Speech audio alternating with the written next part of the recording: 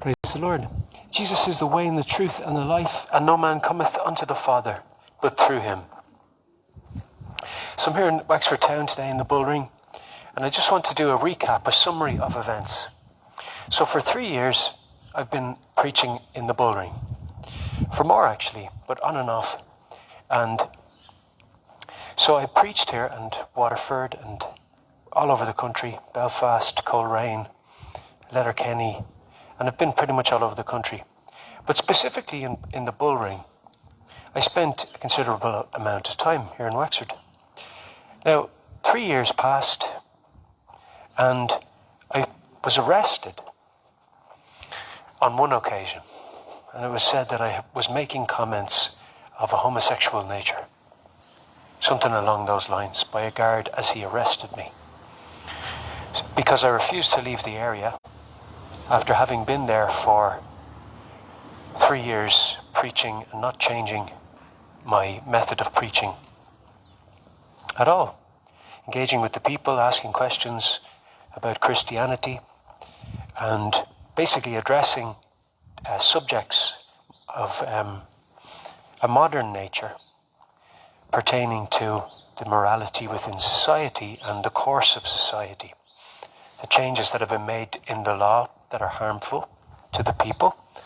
And I've basically been here for the guts of 5 years preaching, on and off. But for 3 years specifically, I would have been here very regularly. At the time I was homeless. I wrote a book in that time frame. I used to live in a tent up there at Aldi, and I lived there for a considerable amount of time. And didn't get any help from the council, none whatsoever. And I eventually got a little room there in 72 King Street, and I was so tight on cash, and nobody said, well, you know, that you might be able to apply for a rent supplement there. You might be able to get some assistance from the government other than the council. So the council told me, because I didn't have a lease agreement, that they wouldn't be able to pay me. And I've subsequently found out that that was a lie. That actually there is a rent-to-room facility that the government will satisfy. So I've basically out of pocket over €6,000 in the course of 2 years. That would have made a considerable difference to my life, my time. Eventually it saw me not being able to sustain the room, and I was evicted. Or not evicted, sorry, but I was basically I had to leave. It was a form of eviction, but not coming from the landlord, because I had a good relationship there. I always paid my rent on time, but often went without food, so to do. Now, to see that would be happening in modern day, especially when there was so much public attention on me, means that they didn't know, they didn't have any excuse, because they knew of my situation. I was known to them. So that, you know, basically, sorry, I'm in the middle of doing something. I don't have time to talk right now. Not at the moment. Not at the moment. I think Daybreak might be open around the corner. But I'm just in the middle of doing something. Have a nice day. So, the fact that, you know, there was a lot of public attention on me personally, they knew my situation and they didn't reach out to try and help me, shows that they were actually intending to harm me. Because when you lack sort of prompt reaction to adversity in a person's life, you're actually actively harming them when it's your job to facilitate provision. So if you know that somebody's suffering and you don't provide for them, you're actually contributing to their suffering, especially when it's your role and your job to provide for them. Now, of course, we know that it's not merely man who provides, it's God who provides, but God is not late in his provision. But oftentimes, he will allow Christians to suffer in the world to expose the evils of man. You see the point? So man will blame God. He'll try to blame God for the shortfall, but he's actually orchestrated it. Man has orchestrated the fall that he wants to blame God for. And so he attempts to win hearts and minds by failing to make that provision, even though the office he holds was instituted by God himself.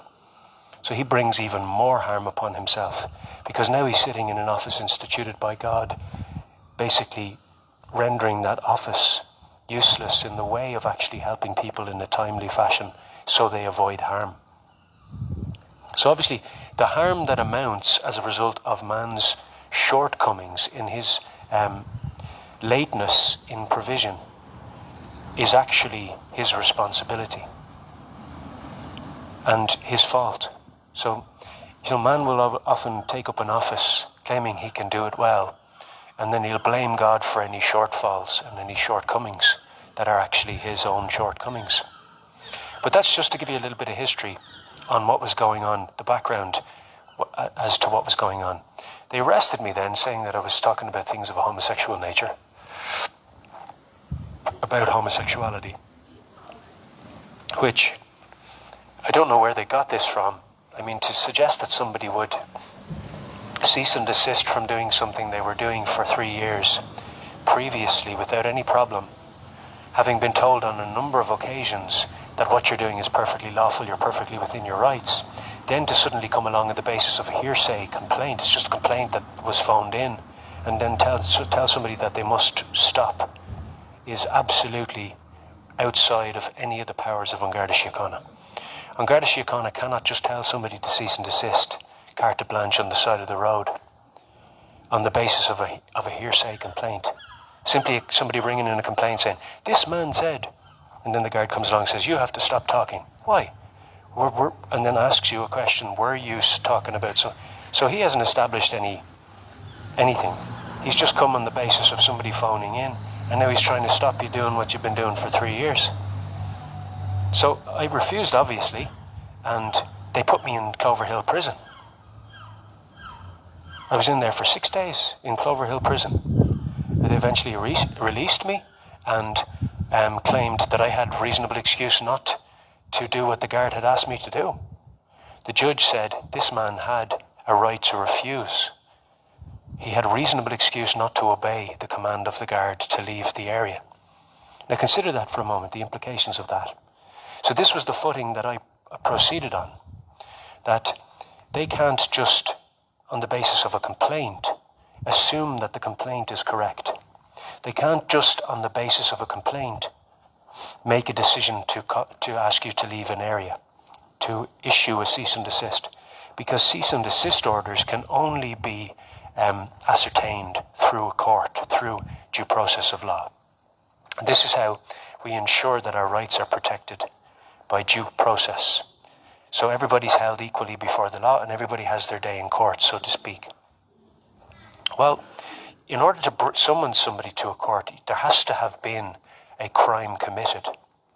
And if they don't have any evidence of a crime having been committed, they've nothing to summons on the basis of.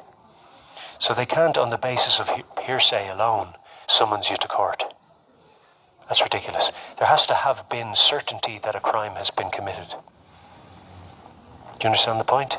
So if they don't have any evidence, not a shred of evidence, that you've said anything that breaches free speech laws, then they can't summons you to court. And because they know they can't summons you to court in a criminal jurisdiction, they've started to try and do it in a civil jurisdiction.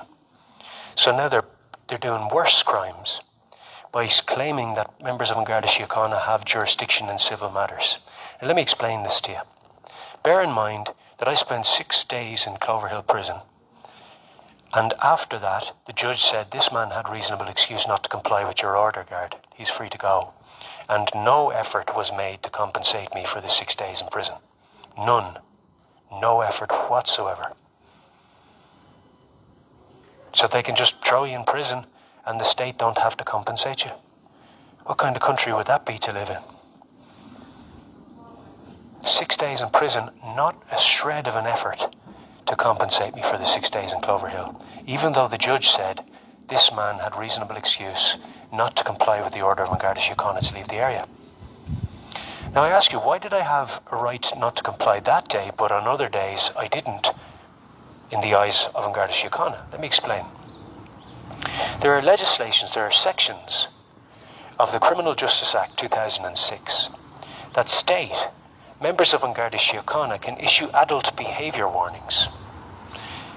The adult behaviour warning, whilst they say it doesn't have the power of a cease and desist, they say that if you get more than one amounting to 3 or 4, that a guard can summons you into a civil court to prosecute you.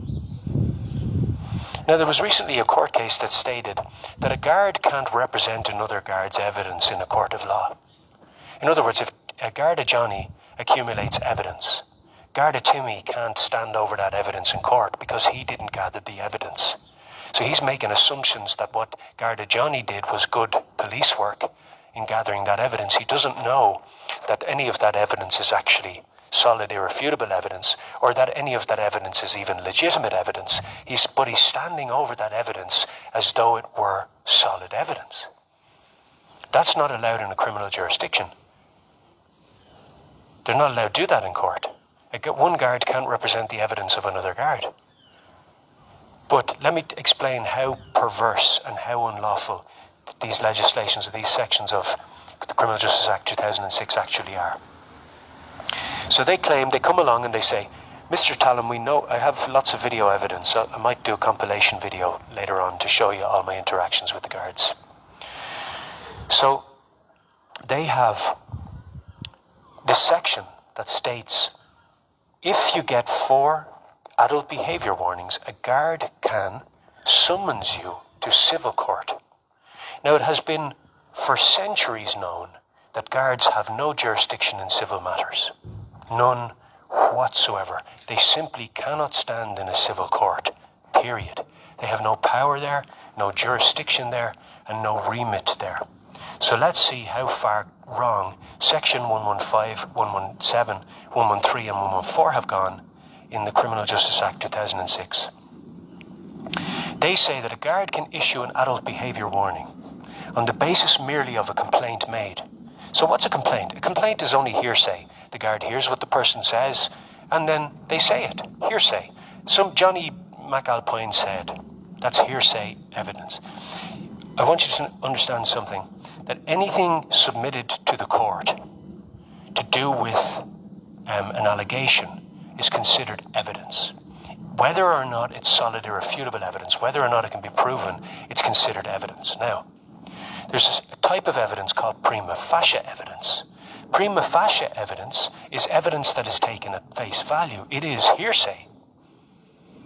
But prima facie evidence is evidence given by a member of society or An Garda Síochána to the judge on the day without any proof that what they're saying is true. So solid, irrefutable evidence is always required. That's provable evidence. Evidence that nobody can deny. It's solid, irrefutable evidence. Irrefute means you can't disprove it. So only solid, irrefutable evidence can lead to a conviction. Prima facie evidence, or hearsay, he said, she says, will never amount to the conviction of a person. Why? Because it can't be proven. So the presumption of innocence protects you, or innocent until proven guilty, otherwise worded. Innocence until proven guilty protects you. Presumption of innocence protects you against somebody who might give false evidence against you in a court of law. Because they cannot convict you, the judge cannot convict you ever on the basis of prima facie evidence alone. So when a judge gives his reason for conviction, he must attach solid, irrefutable evidence to it, or it doesn't stand. He hasn't established jurisdiction to make that ruling. Jurisdiction is something that is dependent upon a number of things. It's dependent upon whether it's a criminal jurisdiction or a civil jurisdiction. Criminal jurisdiction always addresses things of a criminal nature. Civil jurisdiction always addresses things of a civil nature and never a criminal nature. Okay? Now, that's why guards have no jurisdiction in civil court, because they have only jurisdiction in criminal matters. So, for this reason and this reason alone, Section 115, 117 do not stand.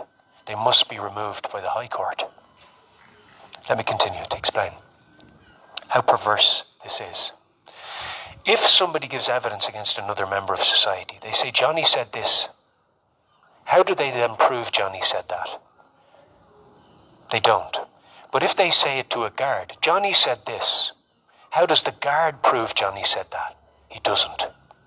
So hearsay evidence cannot stand in court and cannot lead eventually to a conviction alone. It can be combined with solid irrefutable evidence, but only if it coincides with that solid irrefutable evidence. If it contradicts it, obviously it doesn't stand. So prima facie evidence is never enough to commence the issuing of a cease and desist order, because a cease and desist order always has to go through the court procedures. It always has to go through due process of court. In other words, a judge has to issue a cease and desist order, and it has to be done through a criminal jurisdiction, if that's what it's suggesting it's addressing. If the judge in the civil court is addressing a criminal matter, only a judge of the criminal court can tell you to cease and desist doing something that he deems is otherwise criminal. A judge can never tell you to stop doing something that's lawful. Never. A judge can never tell you to stop doing something that is within your rights to do. Whether it's in a civil court or a criminal court, he simply can't do it. Let me stress that. Now, if there is, very simply put, if there is jurisdiction, guards can never get involved in civil matters. They can only have authority in criminal matters. Now let me explain.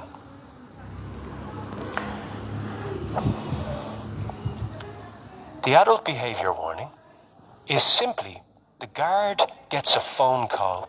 He comes to the place.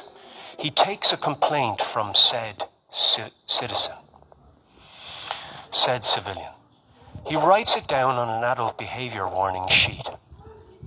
He signs it. What does that signature signify? Does it signify the guard's agreement with the statement? Is it some kind of ratification that the complaint or the accusation is true? What does it actually confirm? It doesn't confirm anything.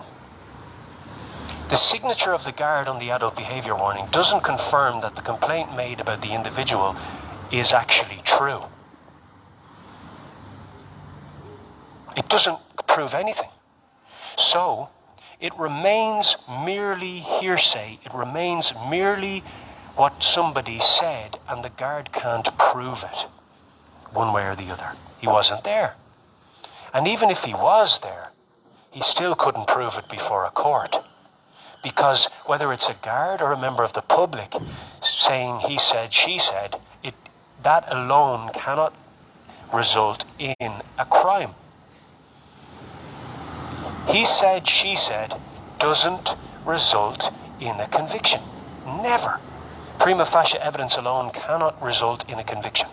It can never arrive at a conviction. It can never arrive at a ban. It can never arrive at a civil order, because prima facie evidence alone, hearsay represented, doesn't prove anything. It's just being repeated, and anybody can repeat anything. It doesn't prove it. Now, the adult behaviour warning tells a guard that he can summons people to a civil court where he has no jurisdiction. That's against the laws of this land. It's against the laws of every Western country. It's against the laws of the Western society.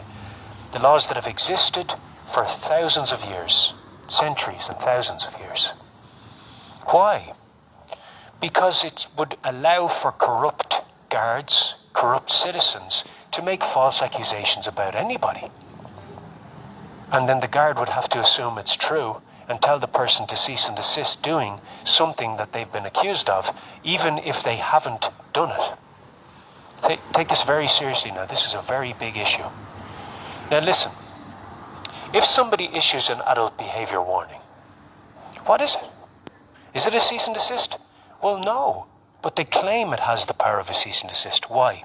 Because they present the apprehension that you might be summoned to a civil court if you don't stop doing something that they've accused you of doing. But remember, it's only an accusation. They haven't actually been able to prove or ratify that you said anything along the lines of what you're being accused of saying. There's no evidence, no solid irrefutable evidence being presented. And even if it was, it couldn't be assumed to be true until it was proven. Only then can it be considered solid irrefutable evidence. Do you understand? So even if they had video footage of you saying it, until it goes through the court, they can't know or prove that it actually occurred. It can only be ratified by a court of law because you have to go through due process. My point, the reason I said that was, therefore, a cease and desist can never be issued, even on solid irrefutable evidence, until it has been before a court. So a cease and desist order can only be granted by a court, not by a member of An Garda Síochána. So they claim it sort of has the power of a cease and desist, but isn't a cease and desist. Why? Because they say, if you don't stop, then summons to civil court. If we give you 3 more of these adult behaviour warnings, we will then summons you to civil court. Okay, well, hang on a second. Is this a cease and desist order? It can't be if they're saying you can get 3 more of them. What kind of cease and desist order says you can re-offend, assuming that you've been offending and that's why he's telling you to stop? But he hasn't even proved that you've offended, yet he's still telling you to stop doing something he can't prove you did or will or do again. So this is a nonsense. This is an absolute perversion of any law that would actually protect you against false accusation. And the devil is the false accuser, so obviously he wants false accusation to have some power of law. Because he wants his children to be able to move things in society by falsely accusing people. Now listen. The second adult behaviour warning comes, but who does it come from? The same guard? No, a different guard. Wait a second. How does the second guard know you already have an adult behaviour warning? Well, maybe he was talking to somebody in the station. It might be on your file. So what? He took a complaint and then checked your file to see if you had any pending adult behaviour warnings or any issued adult behaviour warnings. Yeah. Isn't that conspiracy against you? Aren't 2 guards now gathering prima facie evidence conspiring together against you? This is no longer unbiased. It wasn't unbiased as soon as he signed the first adult behaviour warning. So now impartiality has been thrown out the window along with jurisdiction and presumption of innocence. So impartiality, jurisdiction and presumption of innocence have been fired out the window by An Garda Síochána, by whoever legislated for section 113, 114, sections 115 and 117, also of the Criminal Justice Act 2006. It completely forgoes jurisdiction, impartiality, due process of law, and presumption of innocence. It completely renders the law null and void in all of its fundamental precepts in the way of protecting people against false accusation. Of course the devil wants you to be vulnerable to false accusation because that's all he's got. So, if prima facie evidence is wrongly being represented as something that can lead to conviction now, or even a civil order or a ban, then the judge is committing high treason. The legislator is committing high treason, especially when it's come to their attention that they're offending, especially after in the High Court they had it listed to test those sections on the schedule of the court. The court hearing commenced, the High Court was in operation, there was a hearing underway, and what did they do? They abandoned the testing of the constitutionality of those sections without reason, and didn't give any reason for so doing. Let's continue. The adult behaviour warning number 3 came. Was it the same guard? No, it was a different guard. So now you have 3 guards conspiring together with in the absence of any solid irrefutable evidence, telling you that you must cease and desist doing something on the basis of 3 separate complaints from members of the public. So where is presumption of innocence? Now the guard is playing judge, jury and executioner on the basis of a complaint. He's basically spearheading a mob-like conspiratorial effort. So not 1 guard, not 2 guards, not 3 guards, but 4 guards and 5 guards conspiring together on separate days on the basis of separate complaints made by separate individuals who are also conspiring together to have the preacher removed, even though the preacher's been there for over 3 years doing exactly what he has been doing and told that he had reasonable excuse not to comply with an order to leave the area. And this was established in the criminal jurisdiction. So are they saying that the civil jurisdiction knows better than the criminal jurisdiction according to the laws of the land? Garda Síochána have no jurisdiction in civil matters. Why would they be telling somebody to cease and desist something after they've told them what they're doing is perfectly lawful? I have videos to prove that. Mr. Talon, you're not breaking the law, but we have a complaint and we have to come and investigate. Well, we'll make your investigation. You're welcome to stand over there and listen to me preach any day of the week. I've been here for 3 years. And then they say, well, we've gotten the complaint. Okay, but people around here aren't happy about you preaching. Okay, well, they don't have to be happy about it, but they do have to accept that that's a part of normal society in Ireland. That we have freedom of expression, that we have the right to express our opinions and beliefs, and even proselytize people towards the Christian worldview. Even though that's not what we do, we merely represent the truth. We don't try to convert anybody by force or by trying to convince them or manipulate them. But we do just declare the truth on behalf of our Creator. So we don't do that. We don't try to twist anybody's arm. So these adult behaviour warnings came from different members of Garda Síochána on different days on the basis of different complaints from different people. Okay? Suddenly all these complaints start coming in to the Garda station, when for the last 3 years I had been preaching. But I had spent those 6 days that I've discussed in this video. And I will be putting, guys, timestamps on this video in order to make it easier for you to navigate the different topics and the different areas that I'm discussing within the video. So if you just scroll along the timeline on YouTube, you'll be able to see different timestamps that will help you to look into in more detail or listen again to something I've said or show it to somebody else and that kind of thing to navigate the video more easily and the subject matter within. So let's look again. This adult behaviour warning, is it a cease and desist? No. So why would they suggest that there's the apprehension that something that is not a cease and desist can ever lead to a summons on the basis of your not complying with it? Anybody on the street can tell me not to do something, but I don't have to comply with that because it hasn't gone through a due process of court.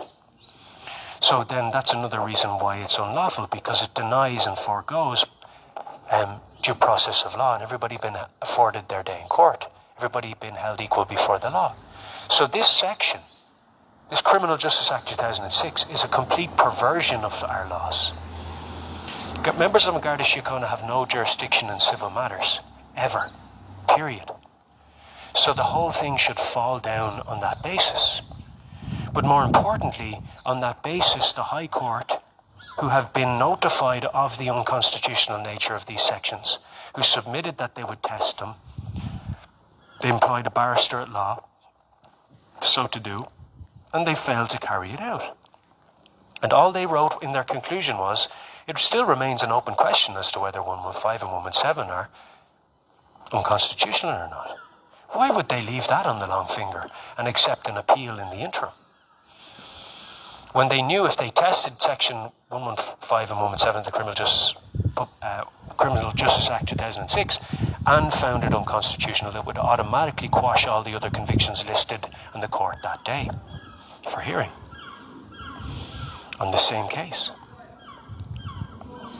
Automatically they would have been quashed. So why were they remiss in their duties? Why did they fail to carry out their duties, having accepted that that should be done, and then quash all the convictions, and then a month and 4 days late, after the final day had passed, for them to actually apply for an appeal or enter in an appeal, did they accept an appeal for a civil appeal in the Court of Appeal? You cannot civilly appeal a criminal conviction. You can't appeal it to the civil court for something that has been established in a criminal jurisdiction. It's like people who have never stepped foot in a court are trying to run the court. They're missing the basics of law.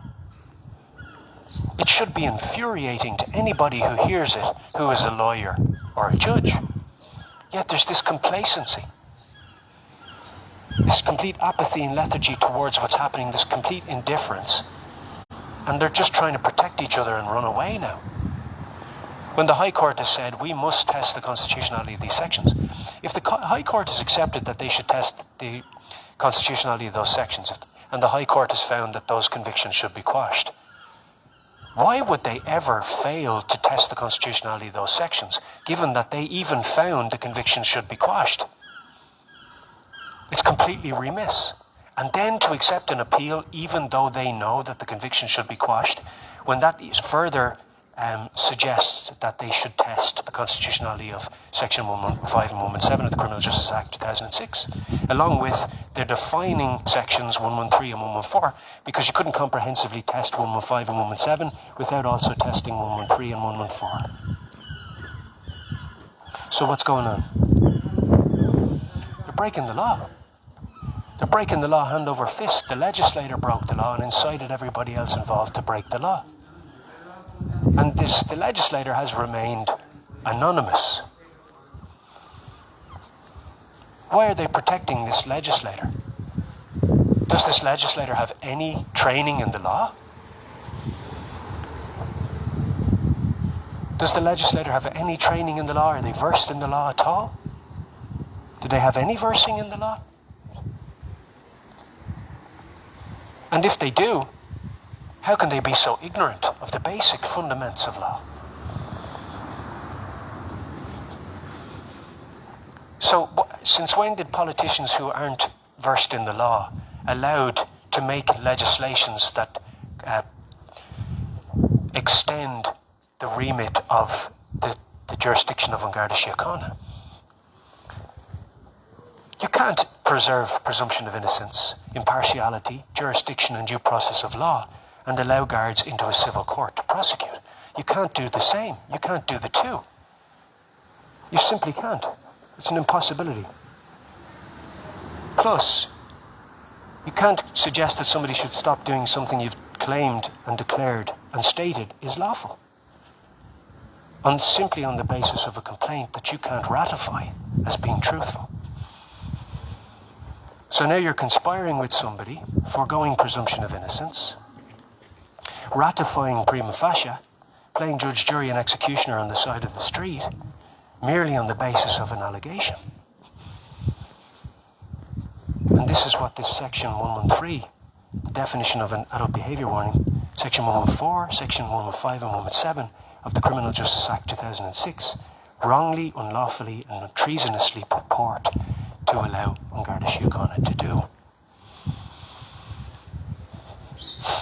And if you ask a member of An Garda Síochána at the side of the street, do you have jurisdiction in civil matters, he'll tell you no. So why then is he failing to do what he knows is his lawful duty? And why are politicians inciting them to break the law in this way? And why are judges failing to bring this to the attention of the higher courts?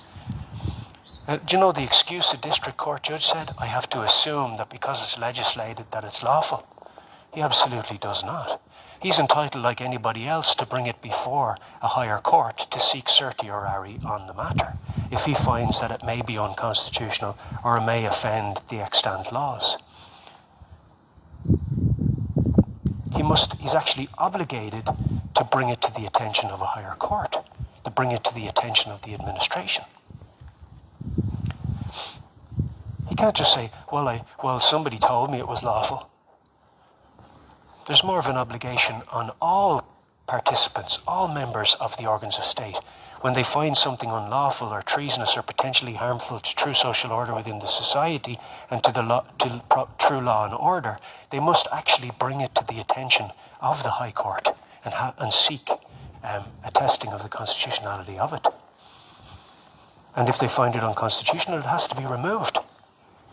Because you can't have sections in our laws that contradict other laws, especially when they're so fundamental and integral to the preservation of presumption of innocence and impartiality jurisdiction and due process of law. So they can't do both. You can't allow these perversions and preserve law. Do you understand the point?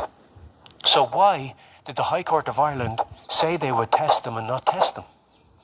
Why was it scheduled in the High Court to be tested on the day, and then they abandoned it halfway through the court case and didn't notify anybody that they were doing that? I wasn't notified that they did that until it was already, the conclusion of the judge was already posted up on courts.ie. So obviously then I was forced to fire the people that were pretending to be my counsel. If the general public were finding out at the same time as I was finding out how the court proceedings were progressing and what transpired, well, clearly they weren't doing their duty as my counsel. So they were fired. They weren't even basically keeping me in the loop as to what was occurring in the courts. So obviously that was a sort of a conspiracy along with the failure of the court, because they were behaving in the same manner. And then later on they conspired with the court again that even after I fired them, they would attempt through my family members to communicate things to me from the court, even after they had been fired, and notified the court of the same, that they had been fired. So this shows that they were conspiring with those solicitors, the counsel I fired, to try and communicate things to me, to try and get me to contract with them, even though they haven't established jurisdiction in the courts. I won't contract with rogue courts. I won't contract with Satan in his corruptions. I won't be used as a pawn in his game, because I represent the God of heaven. You see? So I won't represent the devil's plight by becoming a pawn that doesn't expose him. Just goes along, goes with the flow.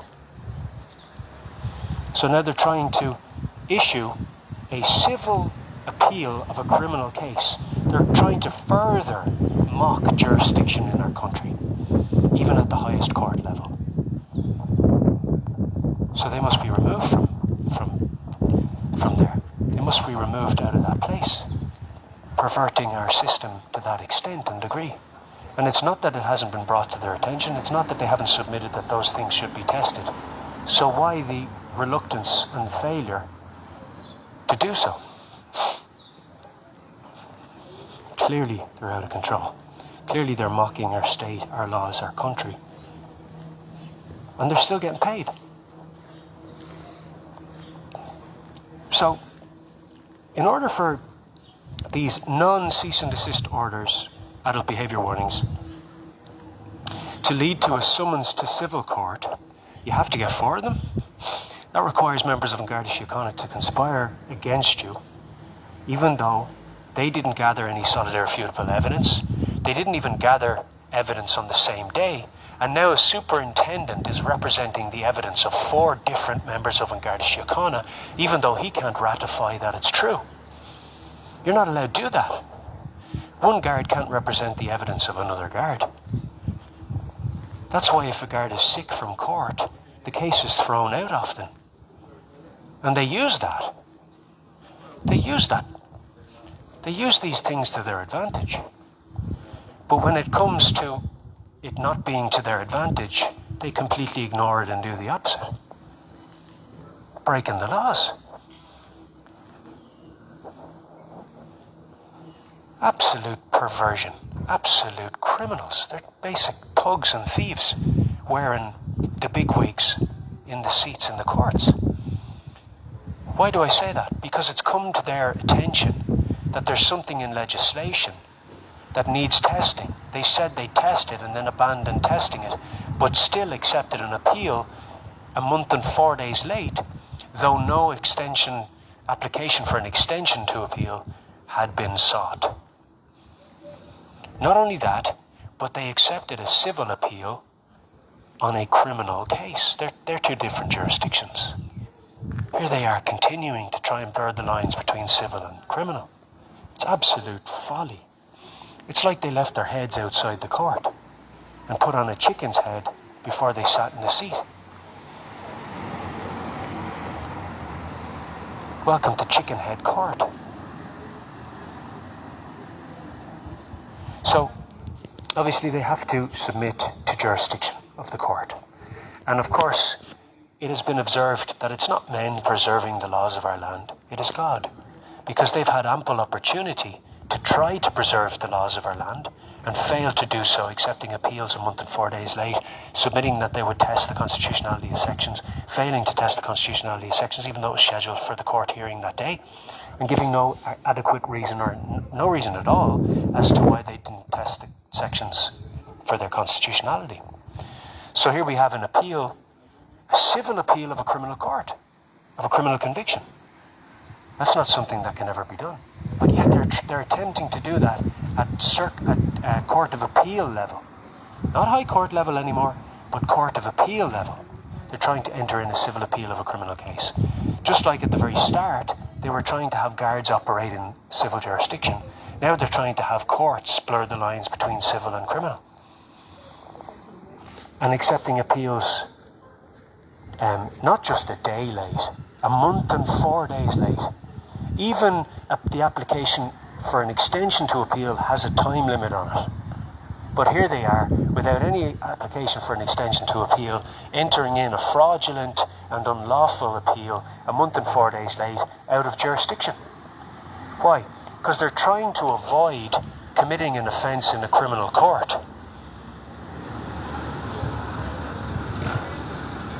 You see the point? Because they don't want to fall under, but they're already committing criminal offences when they misuse the civil court. You see the point? Because they're stepping outside of their jurisdiction. And when a judge fails to establish jurisdiction, but employs members of An Garda Síochána to enforce his ruling, he is now basically hiring mercs, henchmen, to do his own bidding, and not that of the state. Even though he's pretending to be representative of the state, now he's representative of an agenda that comes against the laws of our land. And that's plain to see, that's exposed before the people. But they're running away. Suddenly they've gone awfully quiet. At the start here, they were putting my name in the newspaper. They wanted everybody to know I was terrible, I'd been to prison, I'd been arrested, the whole lot. And then now they're suddenly gone quiet and are doing all sorts of unlawful things in terms of how they're operating in courts at the highest level. So it's an absolute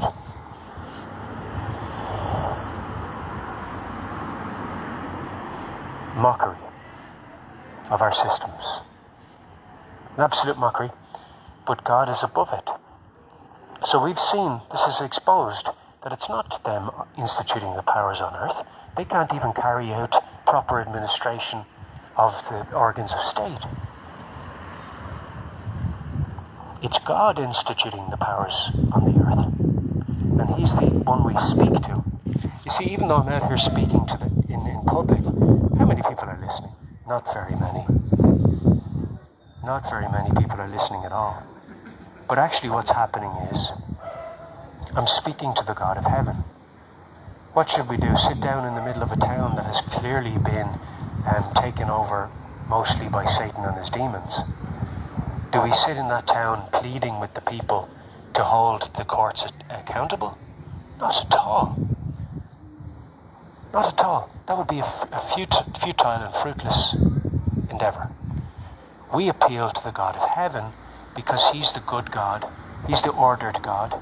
He's the God that loves law and order in society. peace and joy, and he's the one who has authority over all who walk upon his earth and within his universe. So should we appeal to people who don't care about the law? What would be the point of doing that? You might as well be talking to the wall. So we don't appeal to them, we appeal to God. The Bible says that God works through faithful men in the world. So we know that by having faith and by exposing the devil in his folly and in his perversion, that God mocks at the schemes of the wicked. The devil's schemes are harebrained. They really are. That's why he has to hide and run. The schemes of hell are absolutely harebrained scams. The Bible says that God mocks at the schemes of the wicked. Because that's what they deserve. They deserve to be mocked at. Demons are absolutely worthless. Their stratagems are self-destructive. The Bible says that evil will consume itself. The demons are they that are sort of standing behind their own front line, shooting them. Because evil consumes itself. So they fashion these weapons. Then the weapons are exposed for being completely ridiculous and harebrained. Then the weapons come down and they have to take a step back. They're like unruly vultures on a kill that won't let go of the kill even though there's a bear running at them.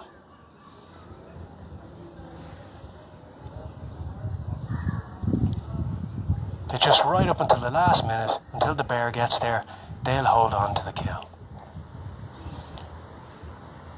Like a rabid dog. And that's the reality. And that's what we're seeing in the Court of Appeal. They're still trying to blur the lines between civil and criminal jurisdictions.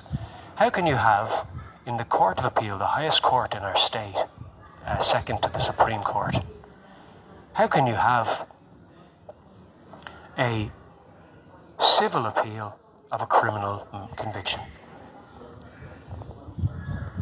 They're absolutely losing the plot. And they still haven't tested the constitutionality of the sections they said that they would test. Then they found the convictions should be quashed. Then they accepted a civil appeal of a criminal conviction. They've lost their minds if they genuinely think that's the law and how it works. How could they be at such a high level of operation and function in the organs of state and not know that what they were doing was unlawful? Only if they were corrupt and deliberately breaking the law, right? So they've exposed themselves by continuing to refuse to submit that those sections should be tested and removed. Because they know if they tested those sections and removed them, they'd have to remove the sections, number one, if they tested them and found them unconstitutional. But they'd also have to compensate them. And that would be their humiliation. So they're running away from that. They don't, because they're always trying to be perceived as being morally right or being functionally correct in their operation, even when they're breaking the law. That's what a criminal does. That's what a thief does. A thief will rob something, but they'll pretend that what they're doing is right. They'll come as your friend. They'll knock on your door with a smile on your face asking to cut your lawn, and they'll leave with a will for your house. That's what they are. They're worms. They worm their way into households and they leave like wolves with what you have in their teeth. They're thieves. They're petty thieves. And they've no scruples. No moral care. They just come into a household, they rob widows, rape orphans. They're the lowest of the low. And it's because demons are operating in them. And it doesn't matter whether they're in the seat of a judge or they're your bin man. They're doing the same stuff. Because they're shaking hands in Freemasonic lodges. And Freemasonic lodges are lodge rooms that serve the devil in his deeds. The lowest of the low. And I know personally because I went into Freemasonry. I became a master mason and all that rubbish, and then I left it, and that's when they started attacking my life. Evicted from houses and losing work in music and all sorts of things. Refused access to healthcare. I had a medical negligence case out for my daughter, and the law firm just stopped communicating with me all of a sudden. A complaint in with the Garda Ombudsman, and it wasn't followed up. That was entered in 5 years ago when the guards in Waterford arrested me because I wouldn't leave the court, even though I had a right to be there. Like, just the surrounding area, the general gathering area in the lobby. And I said, I don't have to leave. And then they started getting rough with me, roughhousing and pushing me out. And then they called other guards for backup, and those other guards injured both my rotator cuffs, and they haven't been right since. So I entered in a complaint to the Garda Ombudsman, and they said, yeah, we'll get to that. Yeah, they interviewed me, they took the statements and all that, and then didn't follow it up and stopped communicating with me. They just let the lines of communication run dry. And if you think that's not a conspiratorial effort, it would be a lot of coincidences, wouldn't it? Would be an awful lot of coincidences. So what's the story? The devil conspires. He uses his men in the world, those who go away to serve him, who knowingly go in to serve the devil, knowing it will lead to hell. Fattening their bellies in a day of slaughter, they go in for the kill. They're hunting souls along with the devil, even though they know that salvation is available. That's what you're up against in society. Do you understand now? So, do you think that they want to willingly admit defeat in the High Court? Admit that they've legislated for something that's unlawful? But the main thing is they don't want people to think that they can affect change, that they can question the government, that they can get them to do things properly, that they can get them to remove sections that are unlawful. They don't want people to think that they have any true, effective access to hold them accountable to do their job properly. Because that would, in their mind, be a loss, and they are as stubborn as they come. As I said, they're like those vultures who refuse to let go of the kill right up until the bear gets within swiping distance. And, I mean, now what they're doing is making the situation worse for themselves, because they're breaking the law even worse. They're having to break the law more to try to cover up the fact that they've broken the law. So they keep digging a bigger hole for themselves as they proceed, committing more and more offences each time. But it's like the liar that has to lie to cover the lie they lied about. They keep on lying to try and conceal the former lie, making the situation worse for themselves. So here they are, digging, writing these legislations up that break the laws of the state, inciting members of Garda Síochána to do the same. Then when it comes to the High Court say, oh, we must test that. They schedule it, list it, have the hearing, abandon the testing of it halfway through the case. Don't tell anybody that it matters to. Then they accept appeals a month and 4 days late in a different jurisdiction that doesn't even have access to appeal a criminal case. A civil jurisdiction cannot be used to appeal a criminal case established in a criminal jurisdiction. So here they are, continuing to try to pervert our systems in an attempt to run away from people finding out that that's what they're doing. In an attempt to establish some kind of wayward case law or something. Maybe.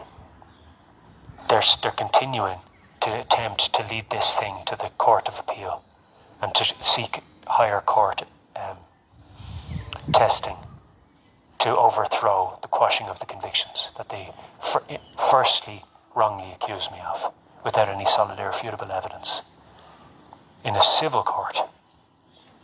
So accusations in a civil court, where guards shouldn't be prosecuting people, led to a conviction in a criminal court, which then led to the testing of sections that they failed then to test, which then led to an appeal of a civil nature on a criminal conviction. So they've been jumping from jurisdiction to jurisdiction, thereby failing to establish lawful jurisdiction, thereby proving that the convictions are automatically to be quashed because guards have no jurisdiction in civil matters, so they couldn't have even summoned me into the civil court in the first place to give me any civil order if they were complying with the laws. So what gave them the idea that they could summon somebody into a civil court and prosecute them? That's the problem. That's where the problem lies. The problem lies with, of course, there are other corruptions that they've been partaking of to try and conceal the initial corruption and protect their friend legislator. But ultimately, it is the fact that there's something in operation that allows guards to take a complaint and ratify it and summons you on the basis of it into a civil court where they have no jurisdiction. It doesn't allow them to do that. It only purports to. It falsely claims that they have that authority. They don't. So therefore, those sections must be removed. What sections are they? I'll repeat again. Section 113, 114, 115 and 117 of the Criminal Justice Act 2006 are unlawful, unconstitutional, and suggest that members of An Garda Síochána can conspire to prosecute and persecute individuals of the public in a civil court where they have no jurisdiction and never did. So in order to try to do this, they have to ignore presumption of innocence, impartiality, jurisdiction, due process of law, everybody held equal before the law, and presumption of innocence, if I didn't say that already. Okay? So do you see how many basics of law that they're actually just trampling under their feet by this legislation, by this 113, 114, 115 and 117 of the Criminal Justice Act 2006? But they must be removed by the High Court. They simply can't proceed without so doing. Accepting appeals. Imagine accepting an appeal. A civil appeal on a criminal case. I mean, when I first saw it, I was like, this can't be the case. Maybe they've made a mistake. No, that's the case. They think they're having a civil appeal in the Court of Appeal of a criminal matter.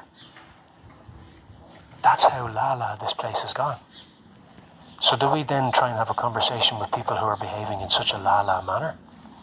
Do you think they have the tree of liberty?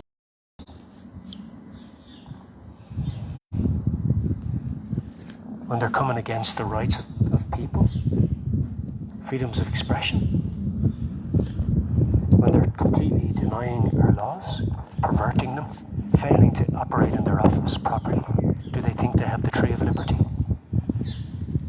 Do they think they have anything in common with a pikeman who would die to protect your rights and freedoms and your family when they're saying that now we should butcher babies in the womb? No, they have nothing to do with the pikeman. It's only a candid camera moment. It's only a tourist attraction. It's nothing more than that. There's no value in that. Just something to get your picture taken with. The people here are not interested in preserving the rights of the Irish person. They've exemplified that. If they were, they would have removed section 113, 114, 115 and 117 as soon as I brought it to their attention. And they would have pursued it.